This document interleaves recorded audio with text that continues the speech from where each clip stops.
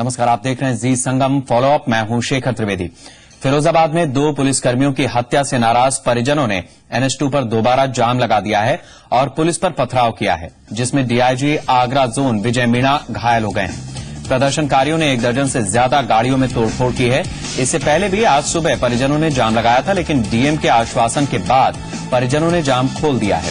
वहीं डीआईजी ने इस मामले को लेकर रामगढ़ के एसओ और एक एसआई को सस्पेंड कर दिया है। बताया जा रहा है कि वारदात के बाद भी पुलिस मुख्य चौराहे पर नाकेबंदी नहीं कर पाई और बदमाश फरार होने में कामयाब रहे। आपको बता दें कि देर रात यहां गश्त दे रहे 2 पुलिसकर्मियों को बदमाशों ने गोली मार दी थी। एक सिपाही की मौके पर ही मौत हो गई, वहीं दूसरे सिपाही की अस्पताल में मौत हुई।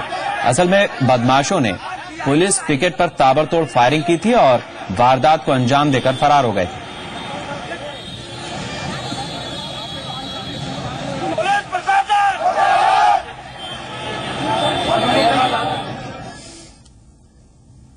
मुख्यमंत्री अखिलेश यादव ने फिरोजाबाद में मारे गए दोनों सिपाहियों के परिजनों के लिए 20-20 लाख रुपए मुआवजे का ऐलान किया है। मुख्यमंत्री ने कहा है कि दोनों सिपाही कानून की रक्षा करते हुए मारे गए। फिरोजाबाद जिला हमारा है। जो सिपाही अपनी बहादुरी के कारण एक्सपायर हुए, ऐसा नहीं है कि बहादुर नहीं थे सिपाही, उनके परिवार को आने से पहले मैं तय करके आया हूं कि उनके परिवार को 20-20 लाख रुपए देगी सरकार। वो मुठभेड़ में, अब जहां मुठभेड़ में घिर लिया उसमें जान गई है, तो वो तो कानून व्यवस्था को बेहतर और कानून को बचाने के लिए काम कर रहे थे। आप उतनी तो जानकारी देते, ये बात आप दूसरे तरीके से भी वो बात कह सकते थे। रविवार रात करीब 2:30 बजे वारदात हुई। लूट की शिकायत मिलने पर पहुंचे 2 पुलिस वालों को बदमाशों ने निशाना बनाया। बदमाशों की फायरिंग में गिरिराज सिंह गुर्जर नाम के सिपाही की मौके पर ही मौत हो गई, जबकि गंभीर रूप से घायल दिनेश कुमार इलाज के दौरान इनकी जान चली गई। पुलिस की ढिलाई का आलम यह रहा कि वारदात के बाद भी पुलिस शहर के मुख्य चौराहों की नाकेबंदी तक नहीं कर पाई और बदमाश आसानी से फरार हो गए।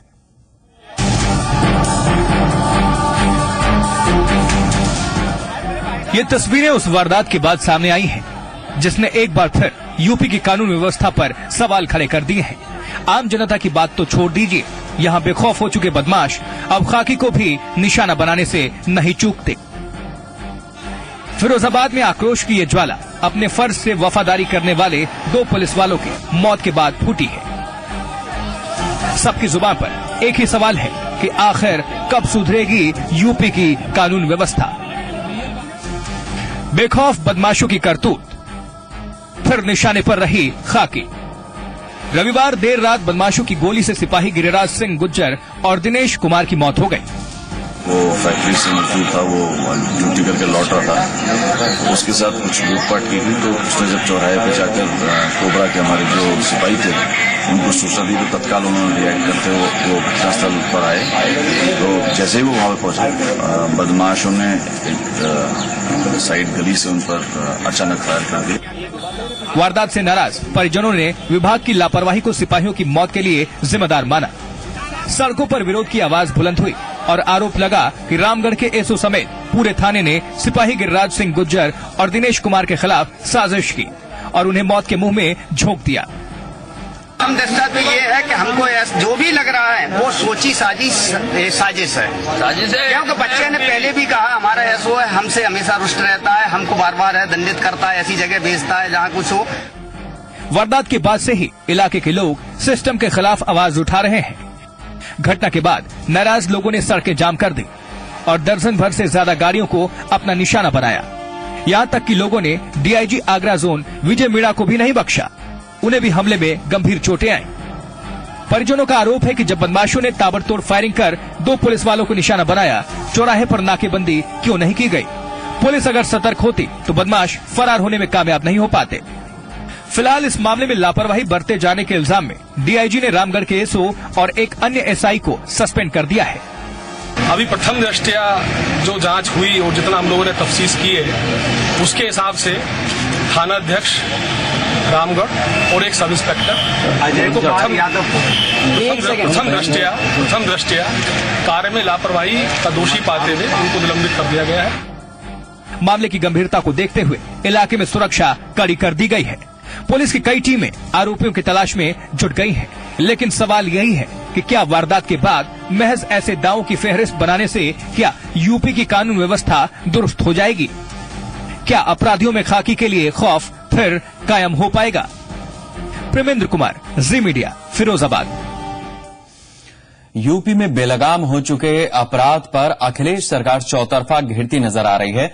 विरोधियों के हमले के बीच वाराणसी पहुंचे मुख्यमंत्री अखिलेश यादव ने कहा कि कानून व्यवस्था उनकी सरकार की सर्वोच्च प्राथमिकता है।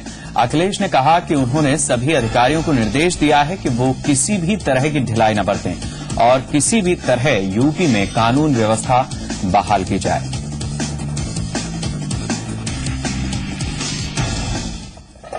जहां कहीं भी, क्योंकि जानकारी जो मिलती है उस पर कड़ी कार्रवाई होती है और निर्देश भी हम लोगों ने सरकार की तरफ से दिए हैं कि कहीं भी घटना होगी अधिकारी पहुंचेंगे और कार्रवाई करेंगे निष्पक्ष होकर के।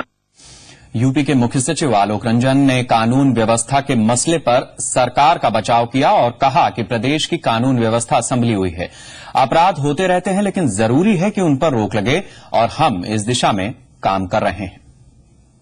नहीं संभल रहा है, ऐसा नहीं, मैं नहीं कहूंगा कि संभल नहीं रहा है, पर देखिए क्राइम होती है, लेकिन क्राइम के बाद अगर एक्शन हो जाए तो दैट इज वेरी इंपॉर्टेंट। वो हो रहा है इस समय और उसके लिए हमने ये भी निर्देश दिए प्रिवेंटिव एक्शन के लिए भी कि क्राइम न होने पाए, तो प्रिवेंटिव एक्शन भी हम लोग बढ़ा रहे हैं। अब यूपी में बिगड़ती कानून व्यवस्था को लेकर बीजेपी ने एसपी सरकार को घेरा है। पार्टी नेता मुख्तार अब्बास नकवी ने आरोप लगाया कि कानून व्यवस्था के मुद्दे पर यूपी सरकार नाकाम रही है। वहीं विजय बहादुर पाठक ने भी यूपी की कानून व्यवस्था पर सवाल खड़े किए। उत्तर प्रदेश की सरकार कानून व्यवस्था पर काबू पाने में नाकाम हुई है। अगर उत्तर प्रदेश की सरकार को लगता है कि वो उसके हाथ में पूरी तरह से अब सरकार की बागडोर सुरक्षित नहीं रह गई है, उसको लगता है कि उत्तर प्रदेश के हालात को वो बेहतर नहीं बना सकती, तो उसे कोई और उपाय करना चाहिए। उनको सभी सर्वदलीय बैठक बुलानी चाहिए तत्काल, सभी राजनीतिक दलों की बैठक बुलानी चाहिए और बुला करके इसके प्रभावी और पुख्ता उपाय करने चाहिए, क्योंकि उत्तर प्रदेश के हालात बद से बदतर होते जा रहे हैं। देखिए, उत्तर प्रदेश में बेखौफ अपराधी, बेलगाम समाजवादी पार्टी के कार्यकर्ता, भ्रमित नौकरशाही, मजबूर मुख्यमंत्री और बेपरवाह सरकार उत्तर प्रदेश की नियति बन गई है। मुलायम सिंह जी सपा प्रमुख होने के नाते बार बार बैठकें करते हैं, पर ये बैठकें बेनतीजा हैं। बैठकों में वो बार बार चेतावनी देते हैं कि उनके पास उनके मंत्रियों का कच्चा चिट्ठा है। सारी चेतावनियों के बावजूद उन पर कार्रवाई क्यों नहीं होती? एसपी प्रवक्ता राजेंद्र चौधरी ने कानून व्यवस्था पर उठ रहे सवालों का जवाब देते हुए कहा कि जो लोग अभी कानून व्यवस्था पर सवाल उठा रहे हैं वो 5 साल पहले कहां थे। वहीं एसपी नेता नरेश अग्रवाल का कहना है कि बीजेपी एसपी सरकार को बदनाम करने की साजिश कर रही है।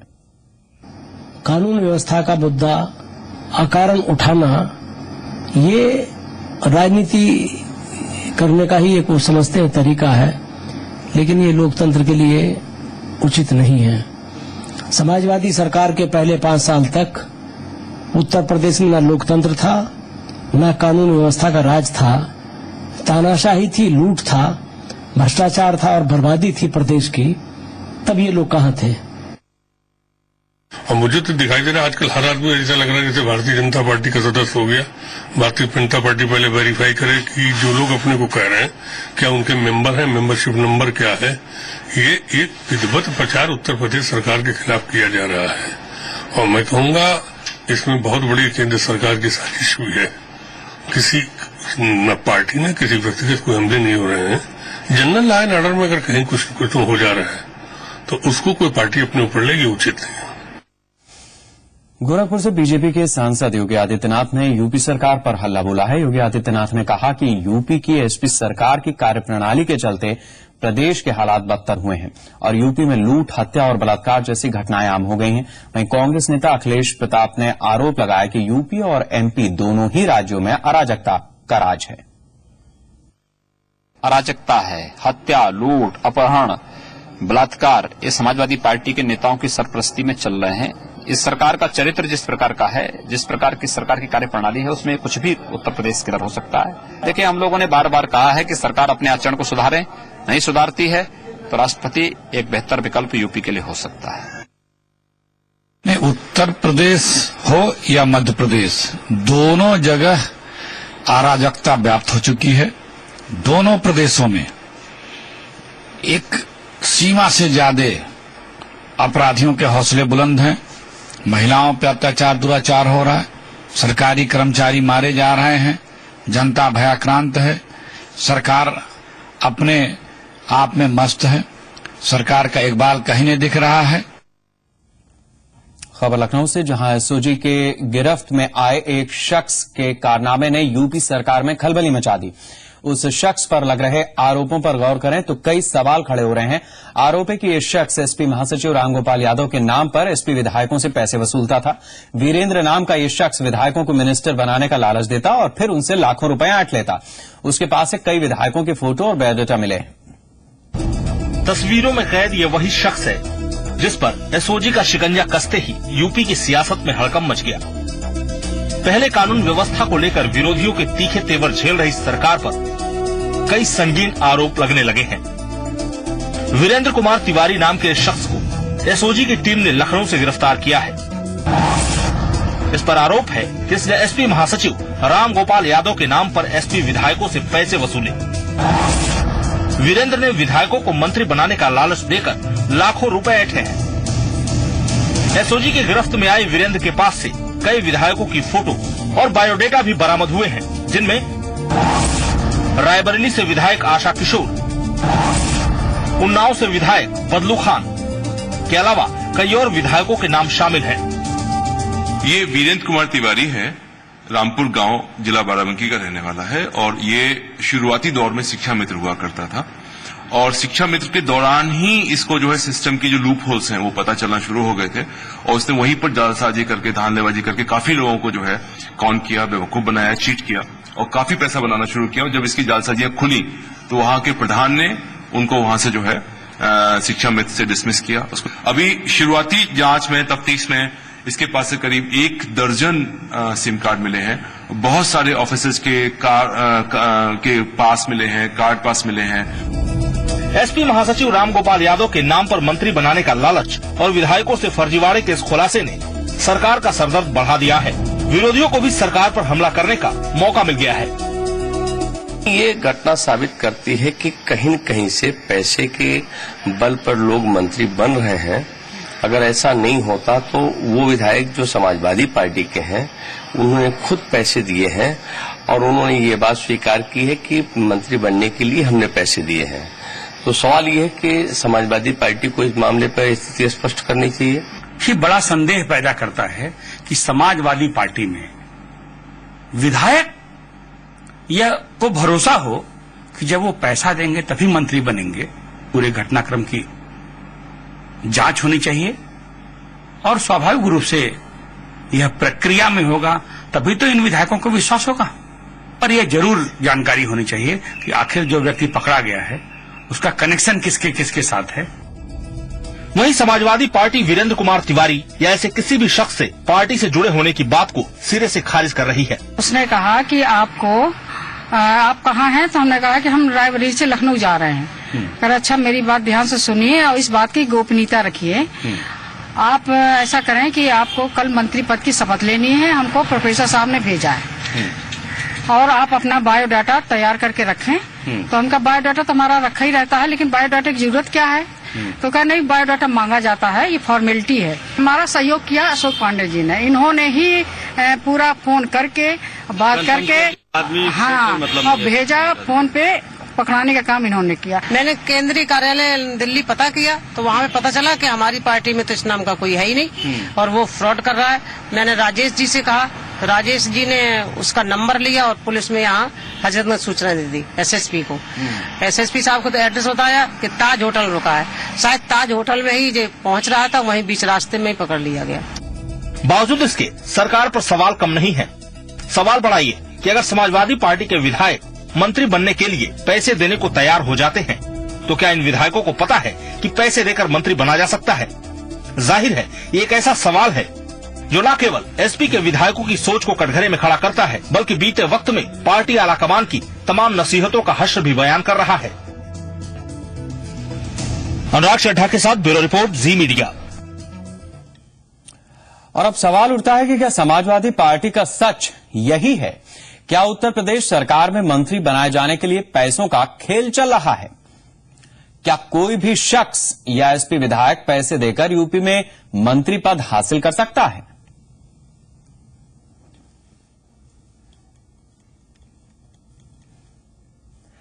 क्या एसपी विधायक को इस बात की खबर थी कि यूपी में मंत्री बनने के लिए लाखों रुपए देने पड़ते हैं? इन विधायकों पर अब समाजवादी पार्टी क्या एक्शन लेगी? क्या यूपी में घोटालेबाजों ने अब सरकार तक अपनी पहुंच बना ली है?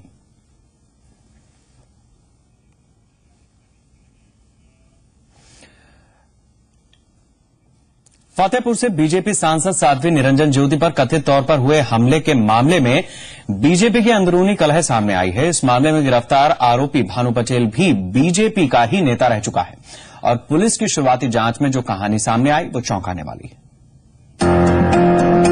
फतेहपुर में बीजेपी सांसद साध्वी निरंजन ज्योति पर हुए हमले के मामले में नया मोड़ आ गया है। दरअसल इस हमले के पीछे जो कहानी बताई गई थी वो है नहीं, बल्कि हमले की इस पूरी कहानी के पीछे वजह कुछ और है। खुद पर हमले के मामले में साध्वी ने एसपी सरकार को कोसने से परहेज नहीं किया था, लेकिन पुलिस की शुरुआती जांच में मसला बीजेपी की अंदरूनी कलह का सामने आया है। पुलिस जांच में न तो फायरिंग की पुष्टि हुई है और न ही ये साफ हुआ है कि किसने किस पर पहले हमला किया या फिर हमला हुआ भी या नहीं। सवाल ये भी उठ रहे हैं कि क्या सिर्फ हमले की कहानी बना दी गई? पहले कथित हमले के बाद साध्वी निरंजन ज्योति का बयान सुनिए, फिर आगे की कहानी बताते हैं। जिस दिन से मेरे टिकट हुआ था, मेरे ऊपर कहीं न कहीं गलत पत्रक बांट करके कार्यालय में प्रेस वार्ता के समय, उसके अलावा मैं एक रामलीला में गई, रात्रि में कृपालपुर में हमला होना, इसलिए कहीं न कहीं बहुत बड़ा रहस्य और मेरी आपके माध्यम से मांगी कि इसका पर्दा उठना चाहिए। लेकिन मेरे ऊपर प्राणघात हमला हुआ है, वो मैं गाड़ी में न बैठ जाती, जैसे बंद और छुटाया गया। किससे छुटाया गया भी मैं बता सकती हूँ, हो सकता है कि मेरे ऊपर ही वार किया जाता। लेकिन मसला वो नहीं जो साध्वी बता रही हैं। कथित तौर पर हुए हमले के तुरंत बाद मौके पर पहुंची पुलिस को फायरिंग के कोई सबूत नहीं मिले। तफ्तीश में पता चला कि जिस शख्स भानु पटेल के ऊपर साध्वी ने हमले का आरोप लगाया है, वो शख्स दरअसल भारतीय जनता पार्टी युवा मोर्चा का जिला महामंत्री रह चुका है। पुलिस सूत्रों की माने तो ये पूरा मामला दरअसल आपसी कलह का परिणाम है। शायद यही वजह है कि साध्वी की ओर से मामला दर्ज कराने के तुरंत बाद पुलिस ने भानु पटेल को गिरफ्तार किया तो उसकी तरफ से भी तहरीर दी गई, जिसमें साध्वी समर्थकों पर मारपीट का आरोप लगाया गया। उन्होंने मुझे बताया कि कुछ लोगों ने इनके ऊपर हमला करने का प्रयास किया है। जो इनका विपक्षी है, जिसके ऊपर इन्होंने आरोप लगाया है, उसके द्वारा ये बताया गया कि वो पूर्व में भारतीय जनता पार्टी युवा मोर्चा का जिला महामंत्री रहा है और पार्टी में कुछ विवादों के चलते उसने कुछ लोगों के साथ उसकी सामंजस्य नहीं था, जिसके चलते उसी को लेकर के इस समारोह में विवाद हुआ था और उसको मारा पीटा गया है। यानी कुल मिलाकर ये मामला बीजेपी की आपसी गुटबाजी के परिणाम के तौर पर सामने आ रहा है। हालांकि बीजेपी ने भानु पटेल को पार्टी से बर्खास्त कर दिया है, लेकिन घटना के तुरंत बाद साध्वी के बयान और शुरुआती जांच के बाद आए तथ्य ये इशारा कर रहे हैं कि कहीं न कहीं मनगढ़ंत तरीके से पूरे मामले को पेश करने की कोशिश की गई है। फतेहपुर से संदीप केसरवानी के साथ ब्यूरो रिपोर्ट, जी मीडिया। यूपी में महिलाओं के खिलाफ जुर्म थमने का नाम नहीं ले रहा। इलाहाबाद के मांडा थाना क्षेत्र के कोसला खुर्द गांव में एक युवती का शव मिला है। देखने से जाहिर हो रहा है कि पहचान मिटाने के लिए युवती को तेजाब डालकर जलाया गया। ग्रामीणों ने हत्या से पहले रेप की आशंका जाहिर की, लेकिन युवती की शिनाख्त अब तक नहीं हो पाई है। शव को पोस्टमार्टम के लिए भेजा गया है, जिसके बाद मामले में काफी कुछ साफ हो पाएगा। लेकिन युवती को एसिड से जलाकर उसकी हत्या का 1 महीने में तीसरा मामला है। भगवती गांव के जंगल में एक 25 वर्षीय अज्ञात महिला का शव बरामद हुआ है। महिला जो है शादीशुदा प्रतीत हो रही है। ऐसी संभावना है कि उसके ऊपर तेजाब डाला गया है और तेजाब से चेहरे आदि को बिगाड़ने का प्रयास किया गया है। इस शिनाख्त की कार्रवाई के लिए हम लोग प्रयास कर रहे हैं। इस बुलेटिन में फिलहाल इतना ही। नमस्कार।